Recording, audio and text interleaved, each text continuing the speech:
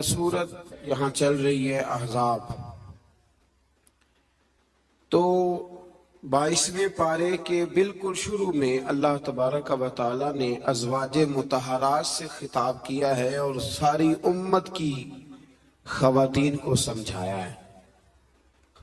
खास मकाम है समझने वाला। अल्लाह करीम ने बिल्कुल शुरू में कहा कि ए महबूब अलैहिस्सलाम की बीवियों, आपका मकाम लोगों में से जरा इम्तियाजी है, सो तकवा इख्तियार करो। गैर महरम मर्दों के साथ नरम लहजे में बात न करो। नरम लहजे में गैर महरम के साथ बात, बस अपने काम की बात करो, और वो भी इस तरह बात करो जिस तरह बेरुखी से होती है। औरतें नरम लहजों के साथ गैर महरमों के साथ गुफ्तगू न करो।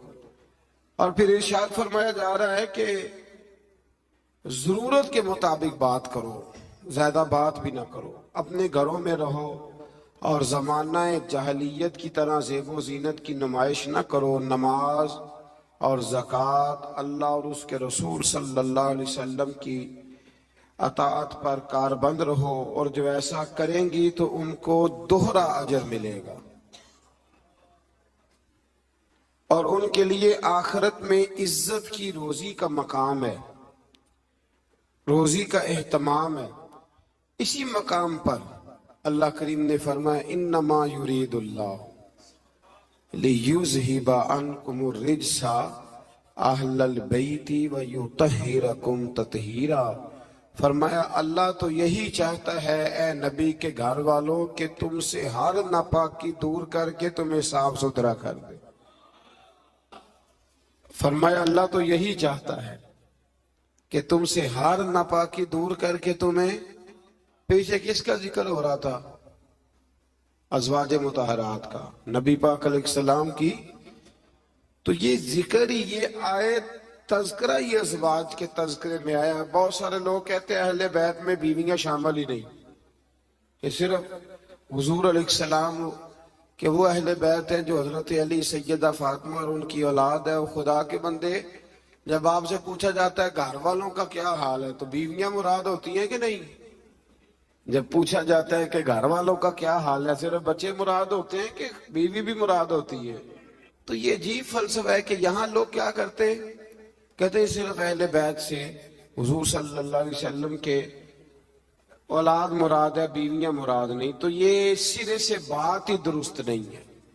जब अहले बैत की बात होगी तो हुजूर की सारी अज़वाज अहले बैत में शामिल, ये समझ ले बात। क्योंकि यहाँ तज़किरा ही अज़वाज मुतहरात का चला आ रहा है। फिर इससे आगे आयत नंबर 35 में मोमिन मर्दों और औरतों की इकट्ठी सिफात का बयान है। अल्लाह तबारक व तआला ने फरमाया कि मोमिन मर्द इताअत शियार होते हैं, सदाकत शियार होते हैं, सब्र और रज़ा का पैकर होते हैं। उनके दिल अल्लाह के हुजूर इज्ज़ और तवाज़ु के खूगर होते हैं। वो सदकात देने वाले होते हैं, रोजेदार होते हैं, अपनी हया और इज्जत की हिफाजत करने वाले होते हैं, और अल्लाह का कसरत से जिक्र करने वाले होते हैं। और उनके लिए अल्लाह ने बख्शीश और अजरे अजीम की नेमतें तैयार की हुई। फिर आयत नंबर 36 में फरमाया ना किसी मोमिन मर्द और ना किसी मोमिन औरत के लिए ये जायज है कि जब अल्लाह और उसका रसूल को फैसला फरमा दे तो इनके लिए अपने इस काम में कोई इख्तियार रह जाए। इस आयत की थोड़ी तफसीर जरूरी है, इसकी थोड़ी तफसीर कर देता हूं। हुआ ये था कि नबी करीम अलैहिस्सलाम ने अपने एक गुलाम के साथ अपनी एक अजीजा जो हुजूर की रिश्तेदार बनती थी, हजरत ज़ैनब बिन्त जहश, उनका निकाह करना चाहा, पैगाम निकाह भेजा। उन्होंने कहा जी हम कुरैशी खानदान से हैं और ये गुलाम है, तो इसको कैसे रिश्ता दे दे? हालांकि हुजूर ने पैगाम भेजा था, इतने बड़े हम हो के तो एक गुलाम को रिश्ता दे दे। तो अल्लाह ने हुक्म दे दिया, फरमाया जब रब रसूल हुक्म दे तो तुम्हें इख्तियार ही कोई नहीं। और जब ये आयत नाजिल हुई तो वो حضرت زینب بنت جہش کے گھر والے خود حاضر ہوئے. عرض کی حضور جہاں آپ کا دل کرتا ہے آپ بچی کا رشتہ فرما دیں, ہم اللہ رسول کے حکم کے آگے بات نہیں کر سکتے. آج بھی آپ دیکھ لیں, برادری پہلے اور دین معاذ اللہ بعد میں. برادری پہلے, بھئی شادی پہ کوئی بےہودہ حرکت نہ کرنا تو کہتے میری برادری نہیں مانتی.